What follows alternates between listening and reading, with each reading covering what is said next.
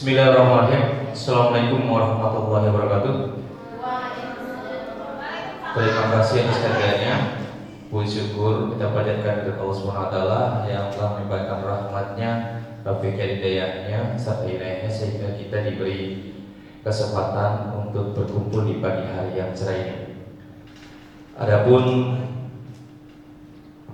Adapun permasalahan atau kenapa Bapak Ibu saya undang ke sini, ini adalah pengibasan dari guru penggerak, diseminasi dari guru penggerak.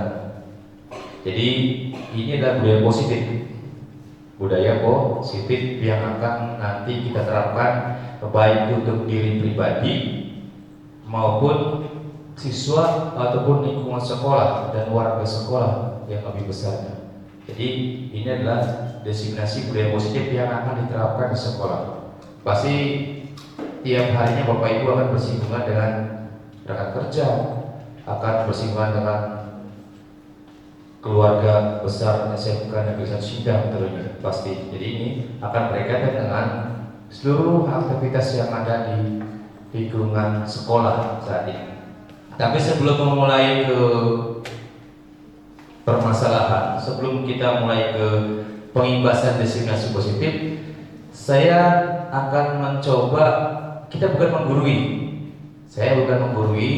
tetapi untuk saat ini saya ada di posisi untuk pengimbasan dari budaya positif ini. Nanti kita konsentrasi dulu ya Pak Ade ya, kita belajar konsentrasi dulu. Nanti coba Bapak Ibu tirukan apa yang saya katakan ya, tirukan apa yang saya katakan.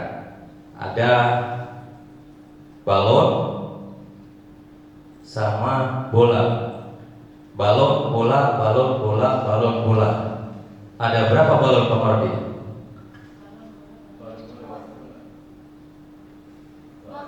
Dua kata, tiga. Nah, saya sebutin lagi ya. Instruksinya adalah ikuti kata-kata saya. Bu ini, ya semuanya lah. Kita coba lagi. Balon bola, balon bola, balon bola, balon bola, balon bola, balon. Ada berapa? 5. Bu ini ada berapa? 10. Bu Linda 5. Sekali lagi, ikuti kata saya, konsentrasi. Bola, balon, bola, balon, bola, balon, bola, balon. Ada berapa balon?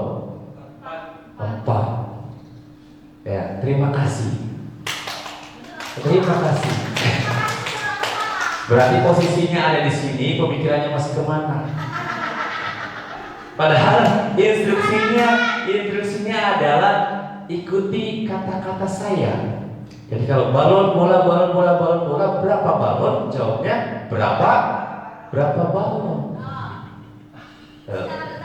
Ya, ikuti instruksi. Nanti itu berarti konsentrasinya Pak Mardi masih di rumah kayaknya. Ya Pak De ya, masih di rumah. Termasuk Bu ini lagi kepikiran tentang PPJ. Ya, terima kasih teman-teman. Di sini kita akan mencoba berkolaborasi untuk menyimak diseminasi budaya positif. Ini diseminasi budaya positif SMK Sindang dari saya sendiri CPPN Angkatan 11 dan nantinya dengan Bapak Heri dilanjutkan.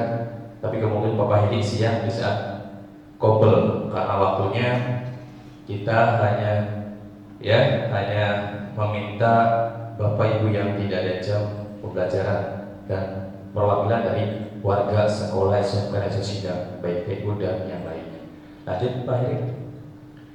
Di sini diseminasi adalah kegiatan yang ditujukan kepada kelompok atau target individu agar mereka memperoleh informasi. Informasi, next Pak Heri. Jadi informasi yang akan saya sampaikan ini tentang budaya positif yang akan kita terapkan di SMK Negeri 1 Sindang. Kita akan menginginkan sekolah itu seperti apa? Ya, menginginkan sekolah seperti apa? Sekarang saya pemikiran dari Pak Marudi. Pak Marudi Pemikiran sekolah seperti Pak Mordi.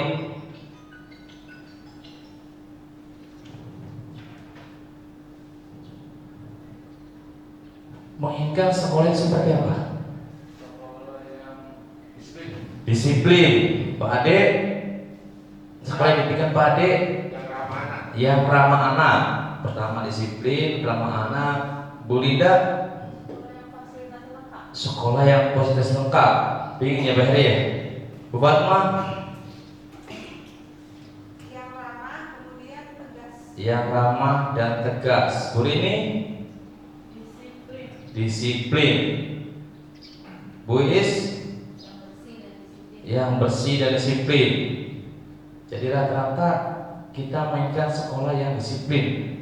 Disiplin plus fasilitasnya lengkap, plus bersih, plus dan plus-plusnya. Ya, itu yang kita inginkan. Itu yang kita impikan bagi kita untuk pendidikan warga sekolah SMK Negeri 1 Sindang. Next, lanjut. Ya, sekarang saya tanya juga di sini, apakah Bapak Ibu itu bangga jadi seorang guru atau senang jadi seorang guru? Bangga, bangga. Kenapa Bu Icil bangganya? Bangga menjadi seorang guru. Saya bangga, Pak, Bangga karena bisa mencerdaskan bangsa. mencerdaskan anak bangsa. Ikut andil dalam mencerdaskan anak bangsa. Tentunya hal seperti itu dari lubuk hati yang paling dalamnya, secara naluri itu dari kita. Siswanya sukses, akan lebih bangga lagi kalau siswa kita sukses. Ya, terima kasih Ibu Icil. Next, lanjut. Nah, alasan ketika kita tadi bangga menjadi seorang guru, bahwa kita yang pasti yang pertama, kata Pak Ustadz Rudy, amal jariah kita itu. Ketika amal kita, ketika kita mengajar dan ilmu itu berguna dipakai oleh anak tersebut sampai terus-terus, maka amal kita akan terus berjalan. Ya begitu Pak Ustadz ya, Insya Allah. Yang selanjutnya adalah kita mencoba mengajar dengan cara terbaik. Pasti Bapak Ibu guru mempunyai strategi masing-masing. Seperti Pak Maudi, Bu Ice, Bu Iis punya strategi yang masing-masing. Baik Pak Ripan juga di Tulmen mempunyai pandangan ke depannya, Mas Ripannya, agar siswa di TE-nya ini seperti apa, menginginkan seperti apa. Dan kita ini adalah sebagai jembatan masa depan, jembatan masa depan, jembatan masa depan. Kita foto ini adalah sedang sholat duha. Ya, di situ bersama-sama Pak Keraban, ibu-ibu gurunya, bapak gurunya enggak foto Pak Heri. Ya, maaf soalnya sebelah kiri. Next, lanjut. Nah, kita mendidik itu ibaratkan seorang petani. Kita ambil satu perbandingan yang hidup tumbuh seorang petani dalam hakikatnya sama kewajiban dalam seorang pendidik yang menanam padi misalnya hanya dapat menuntun. Jadi seorang guru itu kita tidak bisa menentukan, Bu. Dulu itu kita mengibaratkan siswa peserta itu seperti kertas kosong yang bisa kita tulis apa saja. Ya, yang bisa kita lukis apa saja dulunya. Seperti itu ya, Pak Heru ya. Betul? Seperti itu dulu. Tapi sekarang paradigma dengan Ki Hajar Dewantara bahwa pendidik itu ibarat petani. Jadi kita hanya menuntun.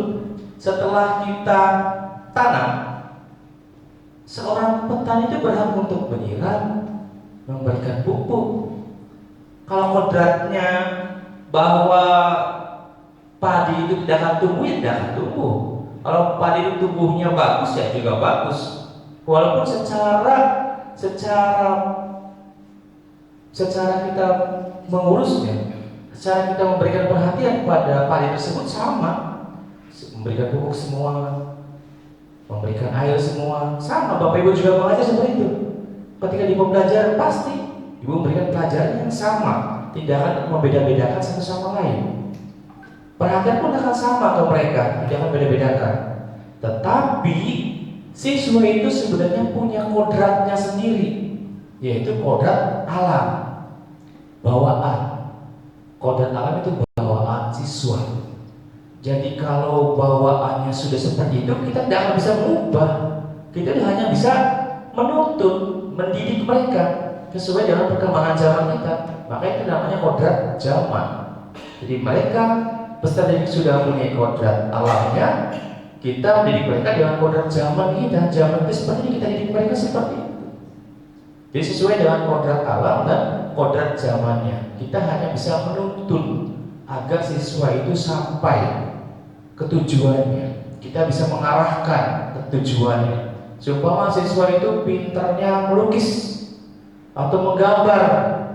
Melukis dan menggambar, kita suruh pelajaran matematikanya harus pintar. Ya, tidak akan bisa. Karena karakternya adalah seperti itu. Kita cari cara lain dengan metode yang berbeda. Bagaimana kalau melukisnya, menggambarnya memakai kertas ukuran sekian-sekian, ya, dimensinya sekian-sekian, itu dipakai. Tetapi untuk anak itu pintar matematika susah. Kita hanya bisa memberikan metode yang berbeda. Ataupun Pak Marudi, anak itu senangnya di mesin, seumpama.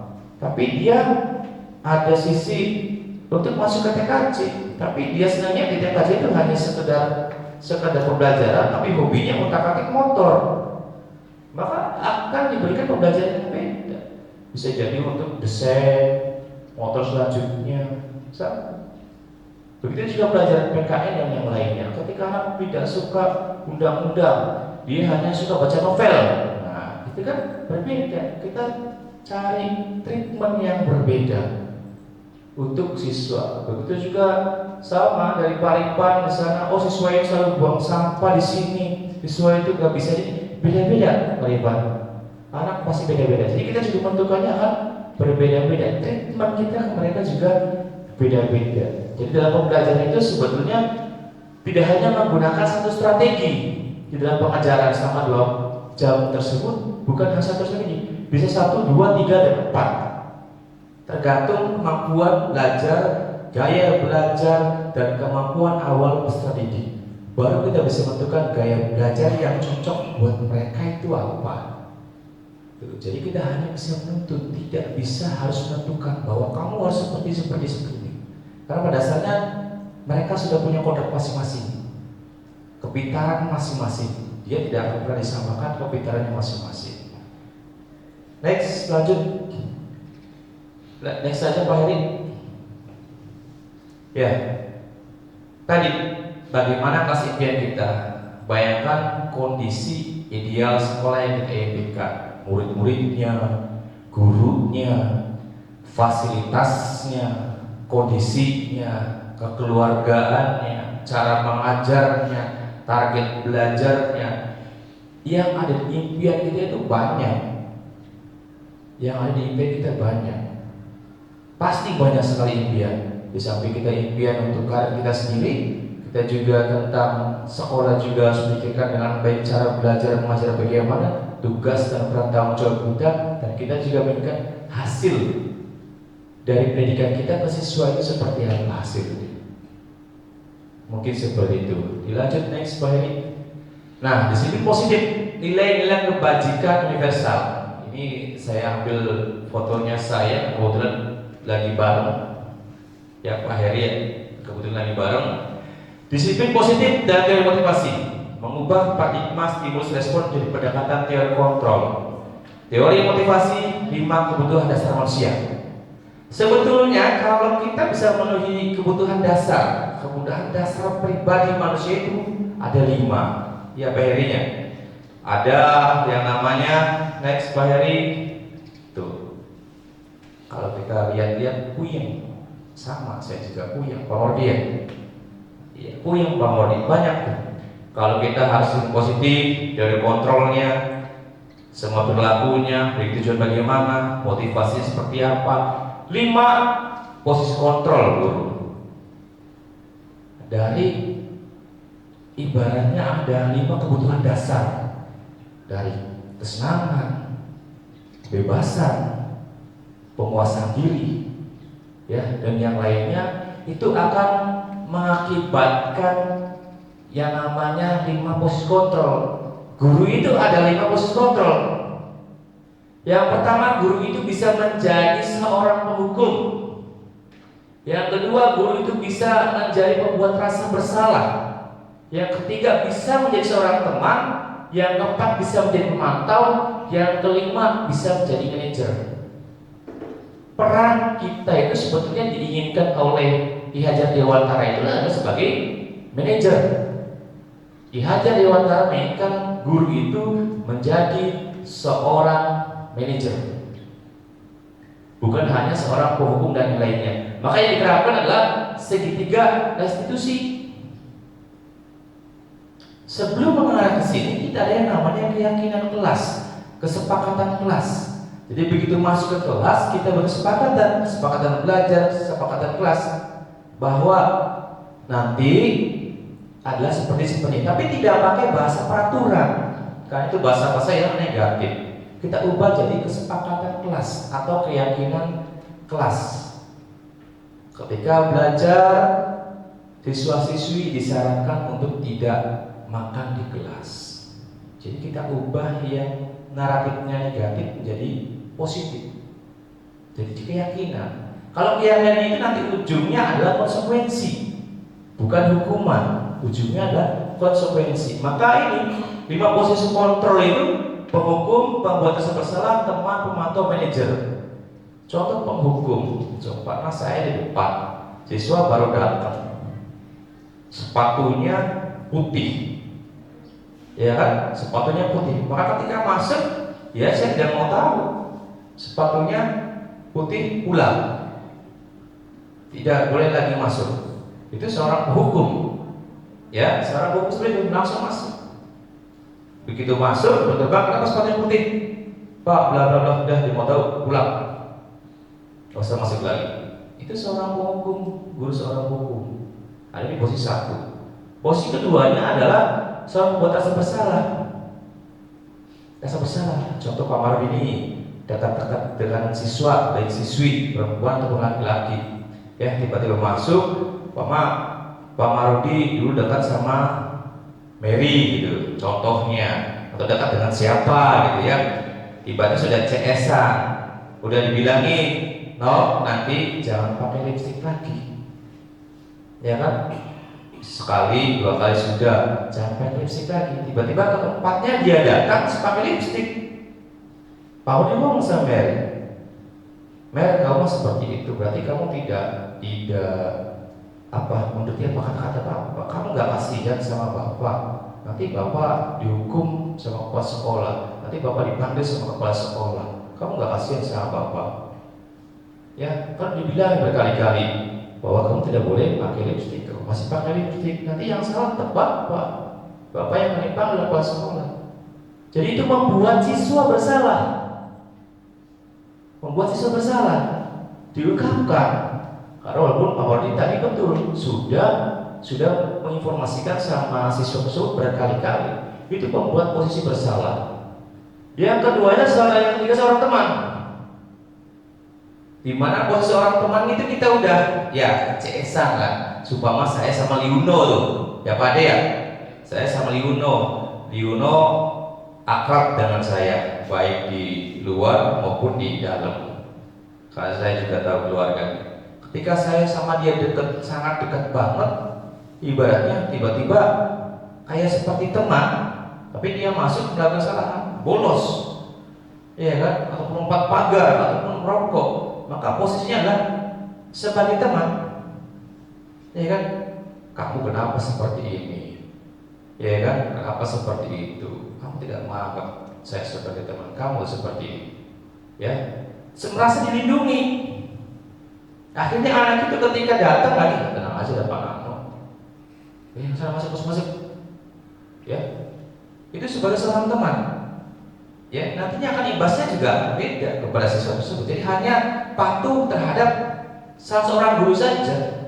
Sebab Liuno begitu ada Pak Heru, ada kesalahan, masuk sana, ya, tenang, ketika dia berlaku kesalahan lagi, tenang saja, ada Pak Heru, nanti juga saya bisa masuk. Itu ada imbasnya nantinya. Begitu ya Pak Heru ya? Ada imbasnya. ada imbas nanti ke depan. Selanjutnya posisi pemantau. Posisi pemantau ini kita taat peraturan, kita tahu peraturan. Nanti akan imbasnya konsekuensi. Bapak, Bu Linda sedang piket, dan piket ada seorang siswa yang datang ke ibu, Bu maaf saya terlambat, ya kan, bla bla bla bla segala macam karena saya banyak bocor apa segala macam, ya tidak bongek lah alasannya banyak. Ibu tahu, kamu tahu, nah aturan bukan aturan ya, konsekuensi. Saya bilang aturan dirubah dalam konsekuensi keyakinan kelas. Jadi kalau keyakinan kelas ada konsekuensinya. Jadi ketika datang, kamu kemana? Kenapa datang terlambat? Diademkan dulu, divaliditas dulu perkataannya. Kenapa kamu datangnya terlambat? Bu, kena ini, Bu, kena itu.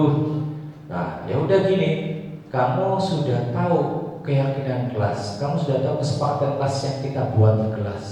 Berarti kamu tahu dong konsekuensinya, ya kan? Tidak menghujat, tidak menghukum, tapi memberikan, mengingatkan konsekuensi. Iya Bu, saya telat setengah jam sumpama. Kamu tahu berarti konsekuensinya apa? Siap Ibu, saya tahu konsekuensinya. Berarti ketika jam istirahat saya harus ikut belajar lagi selama 15 menit di ruang kelas. Ya udah, kalau kamu sudah tahu konsekuensinya dari kesepakatan tadi, maka lakukan. Lakukan ketika Yaman istirahat, kamu berada di dalam kelas untuk melanjutkan pelajaran yang tertinggal tadi selama 15 menit. Jadi itu posisi mantau. Tidak menghukum, tapi mengingatkan dengan konsekuensi yang sudah ada sebelumnya di dalam kesepakatan. Selanjutnya sebagai manajer.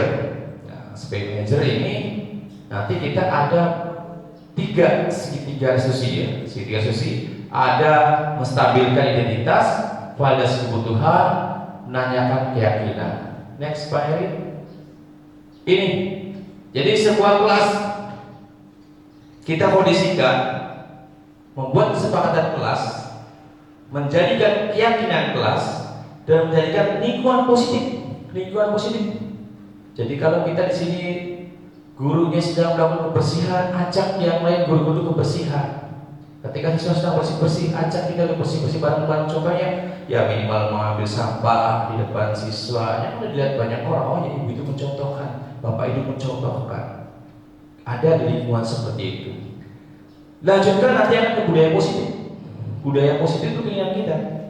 Jadi dari sebuah kesepakatan kelas, sebuah keyakinan kelas akan berimbas ke dalam keyakinan kelas tersebut. Beberapa keyakinan kelas itu akan menjadi lingkungan yang positif.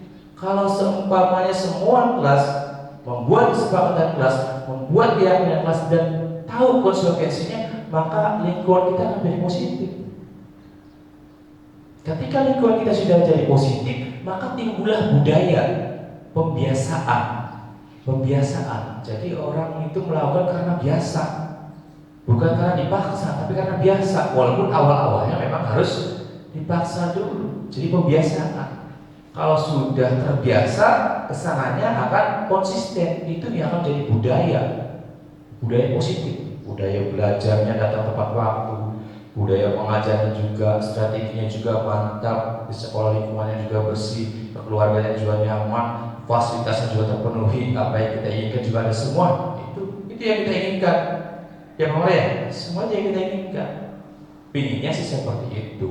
Mudah-mudahan ketika saya memberikan materi bukan sebagai menggurui, tapi kita hanya berbagi saja, kolaborasi. Mudah-mudahan lingkungan kita menjadi positif.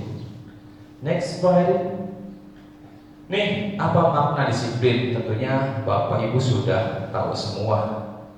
Ya, sudah tahu semua karena saya tidak mungkin mengatakan atau tidak mungkin mengajari contohnya.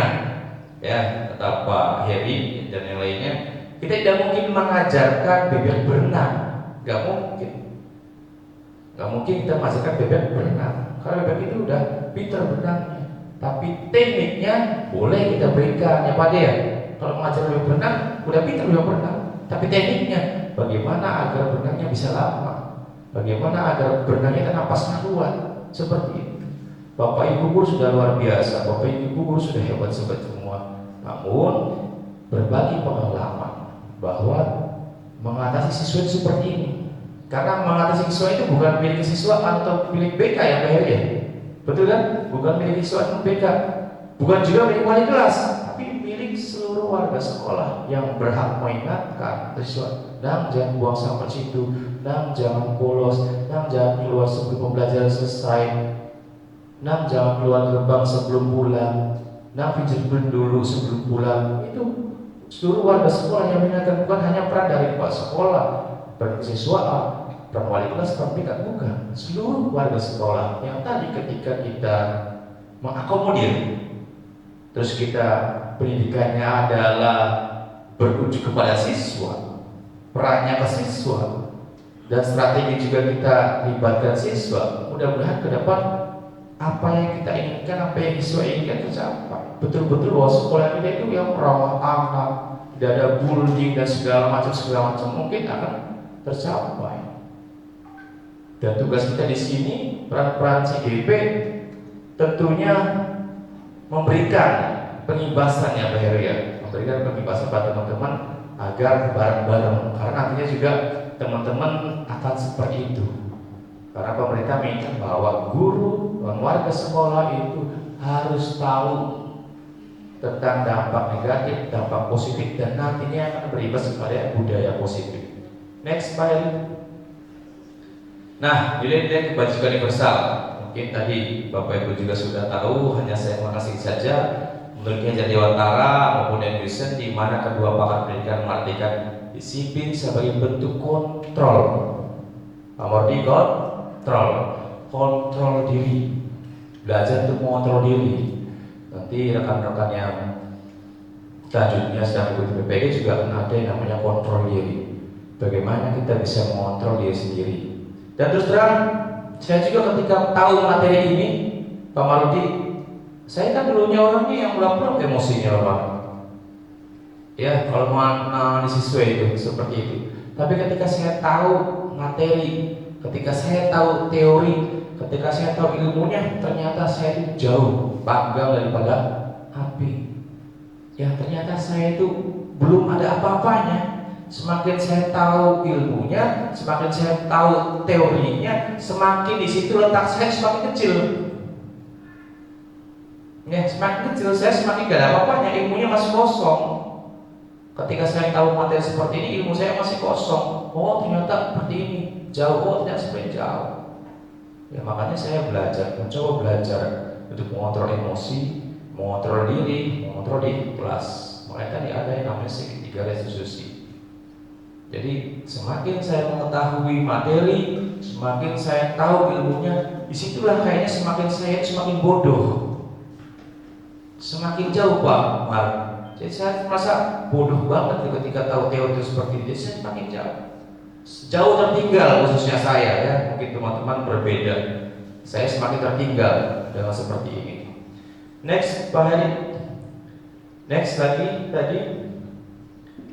Nah, ini kita mencoba strategi menumbuhkan budaya positif dengan mengenai dan menumbuhkan disiplin. Ki Hajar Dewantara menyatakan bahwa untuk mencapai kemerdekaan atau dalam konteks pendidikan kita saat ini menciptakan budaya merdeka. Jadi merdeka itu bukan merdeka tidak belajar sama sekali, atau merdeka apa saya pengennya belajar musikan, maka ya dinyalainlah musik dan segala macam. Tidak seperti itu juga. Tetap ada namanya kontrol dan motivasi. Tumbuhkan motivasi diri ke siswa. Sebelum siswa kita dulu tumbuhkan motivasi ke diri sendiri. Di rumah lagi pusing, di rumah lagi banyak pikiran, ketika masuk ke kelas sudah hilang semua motivasinya diri sendiri. Walaupun nanti seperti setelah pembelajaran ribut lagi ya, itu urusan nanti ya Pak Maria. Ketika masuk dulu motivasi diri kita bahwa kita itu siap untuk mendidik dan menuntut peserta didik pada saat pembelajaran di kelas. Timbulkan motivasi diri saya, timbulkan sistem kontrol diri saya, dan tularkan ke siswa untuk memotivasi dirinya sendiri, meyakinkan diri sendiri. Itu motivasi internal mereka. Ketika Bapak Ibu memberikan motivasi, maka itu adalah motivasi eksternal yang Bapak Ibu berikan kepada siswa. Siswanya diarahkan untuk memotivasi diri sendiri. Ya, gitu. Next, Pak Heri. Tadi nilai kebajikan universal baik itu mandiri, analisis, kebinekaan dan gotong royong itu ada di profil belajar Pancasila yang tentunya kita jalankan tiap hari. Siswa itu mandiri untuk mengerjakan suatu kreatif dan inovatif untuk menemukan hal-hal yang baru, beranalitis, ya, bertanya dan segala macam. Itu yang kita inginkan, itu yang kita impikan untuk Indonesia ke depan tentunya. Lanjut Bapak Heri. Di sini ada pengertian dari proses mendidik anak agar menjadi kontrol diri. Di sini juga ada urgensi. Urgensi ini mengembangkan karakter profil Pancasila. Kenapa urgensi ya? Kenapa urgensi? Karena kita itu budaya orang Timur, bukan orang Barat. Sekarang itu anak sudah ramai dengan dunia digital. Dunia digital sangat banyak sekali dunia digital. Akhirnya kontrol mereka kurang. Makanya dari profil belajar Pancasila, karena pembelajaran sebenarnya bukan hanya dari guru. Guru itu hanya 9%. Kontrol dirinya ada di rumah, di lingkungan rumah. Bagaimana seorang orang tua itu mendidik anaknya di rumah. Kontrol awal. Tapi kalau di rumahnya saya sudah dibiarkan, dibawa ke sekolah, ya tidak menyulap bim salah bim bahwa anak itu langsung jadi hebat, jadi pintar tentunya. Apa ya? Nggak bisa, tetap kontrol ada di rumah. Strategi itu nanti kita. Next, lanjut Pak Heri. Lanjut. Ya. Di sini ada psikiater pendidik, ya, psikiater dan pendidik. Dr. William Lester telah kontrol teori yang kemudian hal ini berkembang dan dinamakan Joy Story, menuliskan beberapa miskonsepsi tentang makna kontrol. Ada miskonsepsi makna kontrol, ya, miskonsepsi makna kontrol. Bukan berarti kita kontrol itu harus mengontrol anak itu betul-betul, bukan. Kontrol diri, intern dan ekstern. Next, ada ilusi bahwa sebuah pengetahuan positif dan efektif, ya, bisa di sini penguatan budaya positif yang akan kita lakukan nantinya. Next, Pak Heri. Ya, ilusi guru mengontrol murid. Pada dasarnya kita tidak dapat memaksa murid untuk berbuat sesuatu jika murid tersebut memilih untuk tidak melakukannya. Walaupun tampaknya guru yang sedang mengontrol perilaku murid, hal demikian terjadi karena murid yang sedang mengizinkan dirinya untuk dikontrol. Jadi ketika kita mengontrol siswa itu sebetulnya kalau siswanya tidak mengontrol dirinya, itu nggak akan masuk. Ya, teori kontrol tersebut. Jadi kita kalau mau mengontrol siswa, sebetulnya identifikasi masalah dulu. Diajak dulu untuk menyelam dalam permasalahannya. Ya, kadang-kadang semua perilaku itu memiliki tujuan. Mereka punya tujuan tadi. Lima dasar, kebutuhan dasar. Kalau siswa itu kebutuhan dasar, kesenangannya terpenuhi, kebebasan juga terpenuhi, itu kontrol diri yang kita lakukan mungkin akan segera masuk ke dalam siswa mereka. Tapi tentunya dengan gaya belajar yang berbeda, tentang input itu sekolah juga kita kan bermacam-macam inputnya, Wijaya. Input kita berbagai macam-macam. Kita disuruh jadi profesor, ya, kita harus jadi profesor untuk bisa mendidik dan membantu mereka supaya keluar dari sini itu imbasnya sangat besar. Pengennya seperti itu, keinginan kita seperti itu. Tapi walau kita lihat ke depan dikonsumsi sebagai apa posisi atau tidak. Next, Pak Heri. Lanjut. Ya, ini ilusi bahwa orang dewasa memiliki hak untuk memaksa. Jadi kita kadang-kadang memaksa siswa agar seperti itu. Sama juga ke anak kita, kadang-kadang kita memaksakan. Padahal kadang-kadang kita itu nantinya ketika kita semakin memaksa, maka anak tersebut akan semakin memberontak. Nah, Mas Ridwan ya, nanti merasakan Mas Ridwan. Memaksa siswa, kita memaksa anak kita sendiri ya. Semakin memaksa, maka anak kita akan semakin memberontak. Tadi dari kontrolnya, motivasinya kita jalankan pelan-pelan dan santai dan lihat kondisi dan situasinya. Maka tentunya akan terkontrol nantinya. Lanjut. Ya, ilusi guru mengontrol murid. Ada ilusi bahwa semua penguatan positif efektif dan bermanfaat. Ada ilusi bahwa kritik dan membuat orang merasa bersalah, membuat penguatan karakter. Kayak tadi, kamu itu begini-begini, ya, seolah guru itu salah, bersalah. Tapi akibatnya hanya ke dalam satu orang guru, yang lainnya, guru lainnya nggak mau. Akibatnya kan seperti itu. Next, lanjut. Nah, bagaimana mengubah paradigma stimulus respon ke pendekatan teori kontrol? Di sini dikatakan bila kita ingin membuat kemajuan, perlahan sedikit demi sedikit ubahlah sikap atau perilaku Anda. Saya mencoba untuk berubah perilaku saya. Ya, sedikit demi sedikit, walaupun sedikit bisa. Kalau sedikit saya coba mengubahnya, karena itu bentuk kontrol dirinya. Saya terus terang sedang belajar untuk mengontrol, walaupun saya ibaratnya hanya ucapan saja di depannya, di belakangnya pun tidak. Next, lanjut Pak Heri. Nah, realitas paradigmanya kita seperti ini. Kebutuhan kita sama, semua orang melihat hal yang sama. Setiap orang memiliki gambaran yang berbeda. Kita mencoba mengubah orang agar berpandangan sama dengan kita. Kita berusaha memahami pandangan orang lain tentang dunia. Perilaku buruk dilihat sebagai suatu kesalahan, ya. Tapi dirubah, semua perilaku itu memiliki tujuan.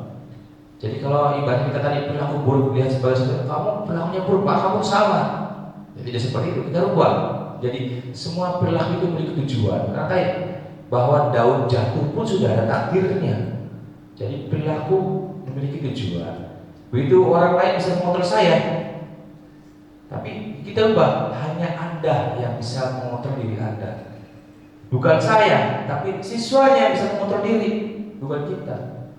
Kita rubah seperti itu. Selanjutnya juga, saya bisa mengontrol orang lain. Anda tidak bisa mengontrol orang lain. Anda tidak bisa mengontrol orang lain, hanya bisa memaksa orang lain, tidak bisa mengontrol. Mereka mau dikontrol kalau mereka yang membuka diri untuk mengontrol diri mereka sendiri. Lanjut, pemaksaan ada pada saat bujukan gagal. Ketika dibujuk gagal, seperti itu, maka adanya kolaborasi dan proses menciptakan penilaian baru. Ini saya sedang berkolaborasi agar tidak ada paksaan ke siswa. Jadi nanti kita kerjasamanya bareng-bareng untuk mendisiplinkan siswa bareng-bareng. Nanti seperti itu. Next, ya, strategi menemukan budaya positif dan maknai dan menemukan disiplin.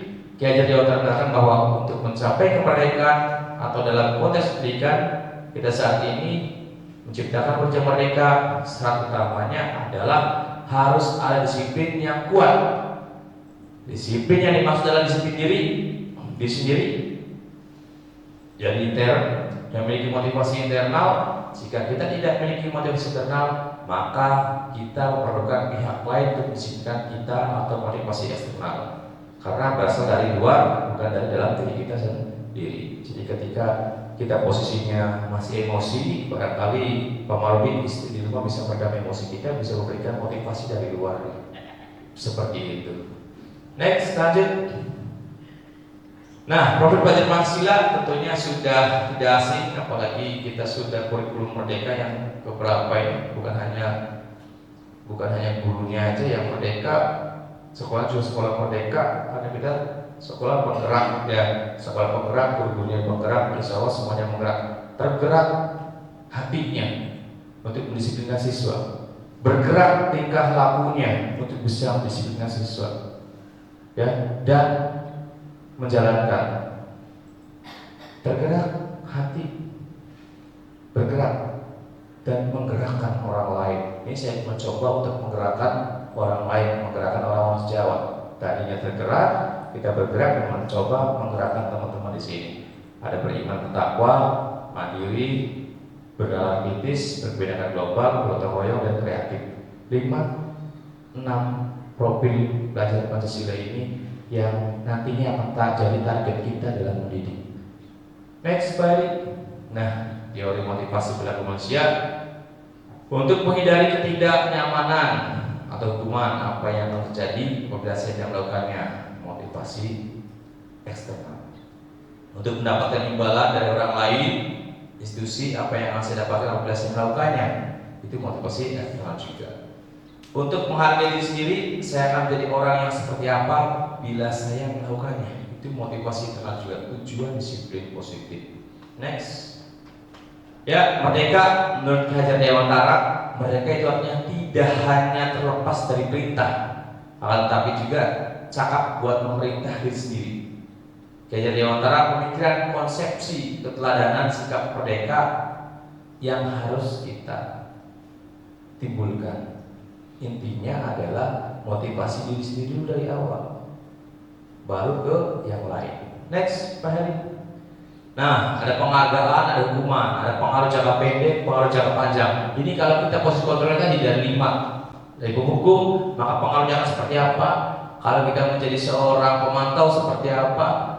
Sebagai teman seperti apa? Nanti jalan petanya seperti ini. Ada yang dampaknya berkelanjutan, ada dampaknya pendek, ada dampaknya berkepanjangan. Next, Pak Heri. Nih, pengaruh jangka pendeknya tadi, ketika kita penghargaan efektif, jika kita menginginkan seseorang melakukan sesuatu yang kita inginkan dalam jangka waktu yang pendek.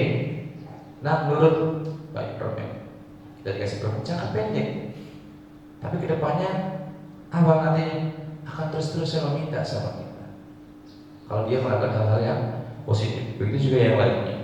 Next, Pak Heri. Nah, penghargaan tidak efektif hanya jika Anda melakukan hal ini, maka Anda akan mendapatkan penghargaan yang diinginkan. Jadi kalau hanya ingin mendapat penghargaan dari orang lain, ya akan terus-terusan seperti itu. Lanjut, bentuk program kebajikan. Nih, beri pengakuan secara khusus, beri pengakuan secara pribadi, beri pengakuan pada semua murid, beri pengakuan secara konsisten, fokus pada proses. Jadi ketika siswa itu berhasil, kita acung jempol, kita akui kalau mereka itu hebat, puji mereka dengan baik, ya, agar mereka bersikap konsisten untuk melakukan hal-hal tersebut. Konsisten. Lanjut, contoh pengakuan apresiasi itu sebagai membuka dari kebajikan dan situasinya. Bisa dilihat di situ. Next, Pak. Ya, tindakan buruk. Nih, ini ada hukuman, ada konsekuensi. Kalau mencatat 100 kali dalam buku kalimat saya tidak akan terlambat lagi karena terlambat ke sekolah, ini merupakan hukuman atau konsekuensi, Bu? Merupakan hukuman. Lari mengelilingi lapangan basket 2 kali karena terlambat hadir sekolah, merupakan hukuman. Murid diminta untuk push up 15 kali karena tidak menggunakan masker ke sekolah, merupakan hukuman. Menghentikan kertas tugas teman yang telah dicoret-coret, merupakan konsekuensi. Membersihkan tumpahan air di meja tulis karena tersenggol pada saat belajar, merupakan konsekuensi. Murid disuruh untuk mengenakan sepatu sehari di sekolah karena tidak mengenakan sepatu hitam, merupakan hukuman. Murid disuruh untuk mengenakan sepatu sehari di sekolah karena tidak mengenakan sepatu hitam. Ini hukuman, bukan konsekuensi. Karena konsekuensi itu bukan berdasar dari aturan, tapi dari keyakinan kelasnya. Ya.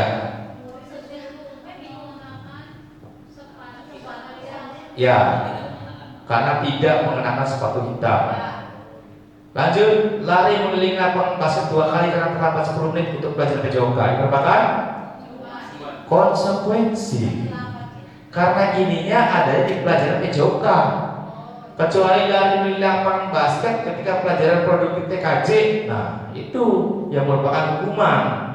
Karena ini pelajarannya PJOK, olahraga, jadi merupakan konsekuensi. Ya, pemanasan dulu, karena pelajarannya olahraga.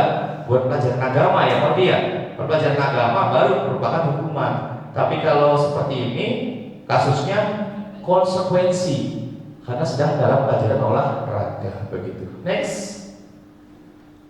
Ini perbedaan hukuman dan konsekuensi seperti ini. Hukuman sesuatu yang menyakitkan harus terjadi, konsekuensi sesuatu harus terjadi. Membuat anak sakit fisik, membuat anak merasa tidak nyaman jangka waktu pendek, kalau konsekuensi. Paksaan, stimulus, mendorong anaknya itu sendiri untuk hukuman. Mendorong anak agar mudah menyesuaikan diri, konsekuensi. Konsep diri yang buruk, konsep diri yang baik. Marah, rasa bersalah, dipermalukan, merasa tak dihargai, itu untuk hukuman. Kehilangan hak, dibuat tidak nyaman, dihasilkan untuk sementara waktu. Sementara waktu itu bentuknya konsekuensi. Jadi ibu bapak bisa mengetahui perbedaan antara hukuman dan konsekuensi. Next. Tuh, ini tadi jawabannya. Kalau tadi belum ada jawabannya, sekarang sudah dikasih jawabannya. Hukuman, konsekuensi, hukuman dan konsekuensi. Next. Nah, kebutuhan dasar manusia, semua manusia termasuk saya pribadi butuh kasih sayang dan rasa diterima. Betul Pak Maria? butuh kasih sayang, butuh penguasaan diri, butuh juga kesenangan, healing-healing.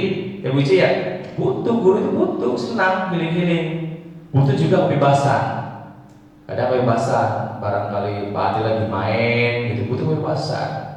Nanti jangan disuruh pulang, nanti jangan sampai nggak tahu jalan pulang nantinya. Ya, butuh kebebasan sekali-kali, refreshing. Ya karena itu merupakan kebutuhan dasar manusia. Ya, Pak Heri juga sama, butuh kebebasan. Next, lanjut.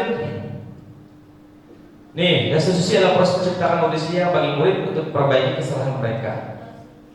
Next, ciri restitusi yang tadi segitiga itu bukan untuk menambah kesalahan, namun untuk belajar dari kesalahan, memperbaiki hubungan, tawaran, berpaksaan, ya, dan selanjutnya sampai restitusi mengembalikan murid yang berbuat salah pada kelompoknya. Next, ini identitas hukuman yang gagal, identitas yang sukses, disiplin, konsekuensinya dan restitusinya. Jika sesuatu yang menyakitkan harus terjadi, konsekuensinya sesuatu harus terjadi restitusi. Segitiga restitusi. Restitusi merupakan pilihan. Identifikasi masalah, selesaikan, ya kita sepakati dan kita kembalikan ke kelompoknya. Lanjut. Nanti itu yang akan berakibat pada hal-hal yang positif. 5 posisi kontrol diri tadi. 5 posisi kontrol itu nanti yang harus kita biasakan. Lanjut Pak Heri. Nah, ini praktek membuat keyakinan kelas, membuat keyakinan, memberi pengantar anak tentang visi masa depan, mendiskusikan tentang peraturan yang dibutuhkan untuk mencapai misi tahun ke depan. Jadi pengantar dulu kalau kita mau membuat keyakinan kelas. Next, nih menuliskan peraturan papan tulis mengubah. Jadi awalnya kita buat aturan dulu, tidak boleh ini, tidak boleh itu, tidak boleh itu. Nah, nanti kita ubah adalah pilihan yang positif. Tidak bolehnya dihilangkan, jadi pembiasaan. Tidak boleh terlambat masuk kelas menjadi tepat waktu, tidak boleh. Kita ganti, lupa mengerjakan tugas, umpama jadi bertanggung jawab terhadap setiap tugas. Hal-hal yang negatif berbau peraturan kita rubah. Next, ini juga sama, selalu berikan tanggapan respon setelah selanjutnya. Next, diskusi, lanjut. Next, guru minta siswa menuliskan bukan tantangan menempelkan tempat yang bisa dilihat supaya semuanya bisa melihat semua. Next, ya, lanjut Pak Heri. Ini contoh satu, ya, dari segitiga restitusi yang saya terapkan. Jadi kasusnya ini adalah yang perempuan biasa mendapat nilai bagus, tiba-tiba dia dapat nilai jelek. Akhirnya dia diejek oleh seorang laki-laki sampai dia menangis. Akhirnya laporan ke gurunya. Jadi kita coba untuk menerapkan teori kontrolnya.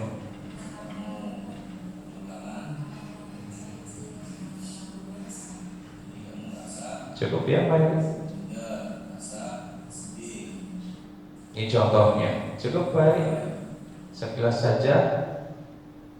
Dan ini respon dari siswanya. Siswa yang tadi saya adakan segitiga restitusi. Nama saya Pak Alberto dari kelas 10 2. Terima kasih Bapak Sutarno. Saya senang sekali diajak diskusi dengan Bapak Sutarno untuk menemukan solusi atas kesalahan yang telah saya perbuat. Saya tidak akan mengikuti teman saya lagi. Saya akan menjaga sikap saya hormati sama teman sesuai dengan keyakinan kelas yang sudah saya sepakati. Terima kasih. Assalamualaikum warahmatullahi wabarakatuh. Ya, jadi saya terapkan disiplin itu tentang segitiga restitusi. Ketika dia ada masalah, ada kasus, kita coba berdiskusi, kita terapkan segitiga itu dan apa yang murid rasakan setelah kita lakukan segitiga restitusi. Cukup Pak Heri? Ya, terima kasih. Merdeka itu jarwannya, orang melepasi barang yang kuat kuasa mandiri priaga. Merdeka itu artinya tidak hanya terlepas dari perintah, akan tapi juga cakap membuat perintah diri sendiri. Mudah-mudahan waktu yang singkat kolaborasi ini, pengimbasan disiplinasi tentang budaya positif ini bisa berakibat sangat baik ke depannya. Terima kasih Pak Heri, terima kasih untuk teman-teman.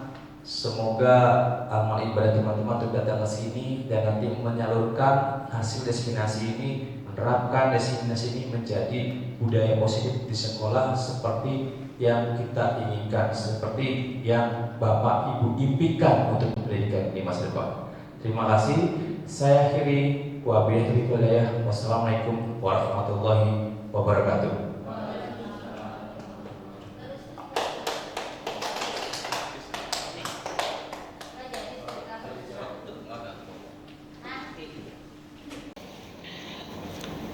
Assalamualaikum warahmatullahi wabarakatuh.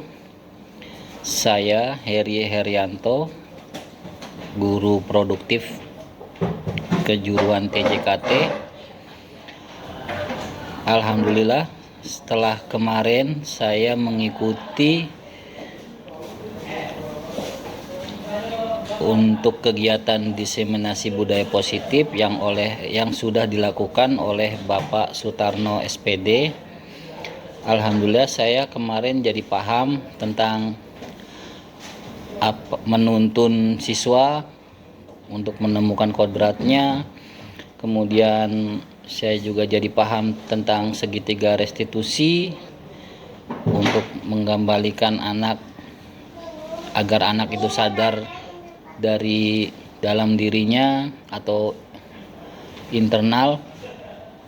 Kemudian saya juga jadi tahu disiplin positif di sekolah untuk nanti insya Allah akan saya terapkan kepada siswa-siswa di kejuruan TJKT. Alhamdulillah dari beliau juga saya belajar tentang bagaimana caranya untuk berpikir positif, untuk tetap berharap bahwa pembelajaran itu wajib berpihak kepada murid. Karena apa? Di sini budaya positif yang beliau sampaikan bukan hanya untuk individu kami selaku pendidik atau guru di SMK Negeri 1 Sindang, tapi juga targetnya adalah untuk satu sekolahan. Kemarin saya rasa untuk kegiatannya alhamdulillah sangat baik, lancar dan sukses. Untuk komunikasi antar gurunya pun sudah berjalan. Kemudian paling masukan dari saya kemarin karena berbenturan dengan beberapa guru yang mayoritas sedang mengajar, jadi belum sempat semua. Ada baiknya lain waktu beliau mengundang semua guru, khususnya guru-guru kelas 10 yang mengajar di awal angkatan untuk lebih paham, yaitu mengenai tentang segitiga restitusi, kemudian tentang bagaimana caranya menerapkan budaya positif, kemudian utamanya adalah bagaimana caranya agar memperkenalkan disiplin yang baik untuk siswa beserta dengan seluruh staf warga sekolah. Masukan dari saya itu, alhamdulillah untuk saya sendiri insya Allah akan saya praktekkan, akan saya jadikan sebagai referensi dari kegiatan yang beliau lakukan kemarin, yaitu tentang budaya positif. Insya Allah itu akan selalu saya jadikan referensi, baik dalam meningkatkan kompetensi saya selaku guru, dalam membiasakan saya selaku pendidik dalam melakukan budaya positif. Kemudian yang paling membuat saya menarik adalah video beliau, yaitu tentang merestitusi siswa yang awalnya nilainya kurang bagus, kemudian akhirnya bagus, dan itu atas nama saudara Farel ya. Beliau sangat bisa dipahami. Itu kalau menurut saya bukan hanya pada kami pendidik, tapi bahasa ke siswa pun beliau masuk. Jadi dengan saya akhirnya paham bahwa restitusi adalah membuat anak itu sadar dari dalam dirinya, kemudian paham kesalahannya dan paham nilai-nilai apa yang dia langgar sehingga dia suatu saat akan membenahi dirinya itu berdasarkan keyakinan atau nilai-nilai yang dia pahami. Kemudian juga ada tentang kesepakatan kelas yang sudah dibuat oleh Bapak Sutarno beserta dengan beberapa siswa di dalam beberapa kelas. Kemudian juga ada yang akhirnya membentuk keyakinan kelas yang insya Allah itu akan dipahami dan diyakini oleh seluruh siswa yang ada di kelas-kelas tersebut yang sudah dilakukan oleh Bapak Sutarno. Mungkin itu, terima kasih. Mohon maaf jika ada salah-salah kata. Semoga ke depan Bapak Sutarno makin gencar dalam melakukan pengimbasan ataupun budaya diseminasi budaya positif ini, bukan hanya di sekolah kami tapi juga bisa di sekolah lain, bisa melalui MGMP ataupun lainnya. Terima kasih, mohon maaf jika ada salah kata. Wabillahi taufik walhidayah. Wassalamualaikum warahmatullahi wabarakatuh. 2, 3, action. Assalamualaikum warahmatullahi wabarakatuh. Saya Rudi SPDI, guru mata pelajaran pendidikan agama Islam di SMK Negeri 1 Sindang. Alhamdulillah, kemarin saya telah mengikuti kegiatan diseminasi budaya positif yang dibawakan oleh Bapak Sutarno SPD CGP angkatan 11.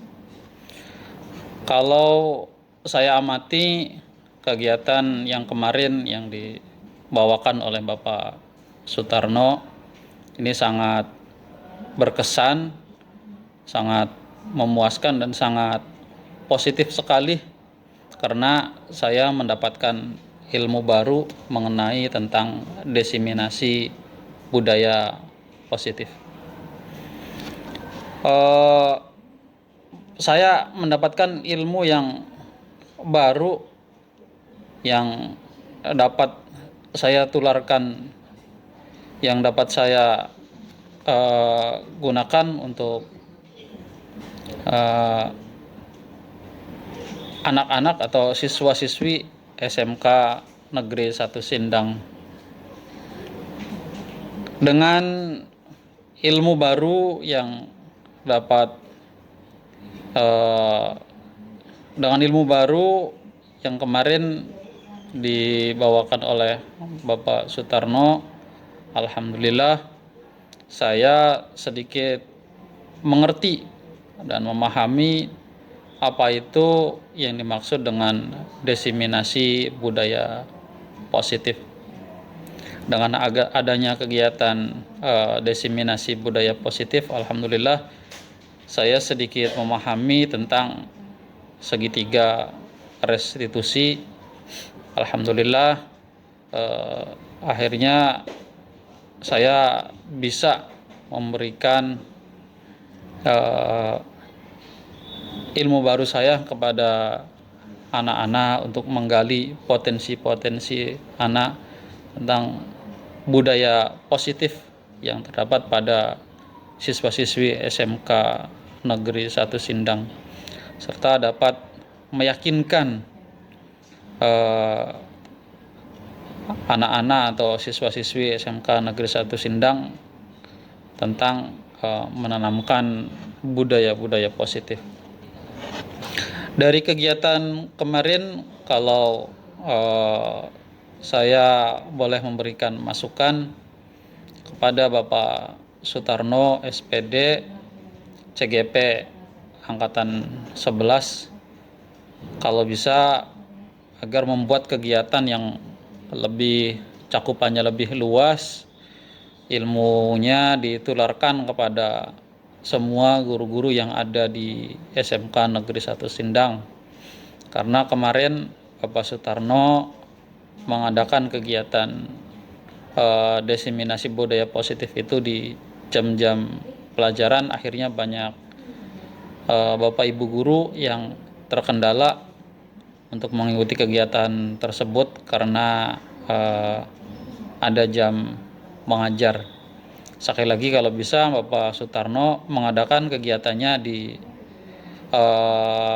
hari-hari libur agar semua Bapak Ibu guru bisa mengikuti kegiatan diseminasi budaya positif dan dapat menularkan ilmu-ilmunya tentang segitiga restitusi kepada semua anak. Mungkin itu saja yang dapat saya sampaikan, kurang lebihnya mohon maaf. Saya akhiri, billahi taufiq wal hidayah. Wassalamualaikum warahmatullahi wabarakatuh. Assalamualaikum warahmatullahi wabarakatuh. Nama saya Farel Prianto dari kelas 10 TO2. Terima kasih Bapak Sutarno. Saya senang sekali diajak diskusi dengan Bapak Sutarno untuk menemukan solusi atas kesalahan yang telah saya perbuat. Saya tidak akan mengejek teman saya lagi. Saya akan menjaga sikap saling menghormati sesama teman sesuai dengan keyakinan kelas yang sudah saya sepakati. Terima kasih. Wassalamualaikum warahmatullahi wabarakatuh.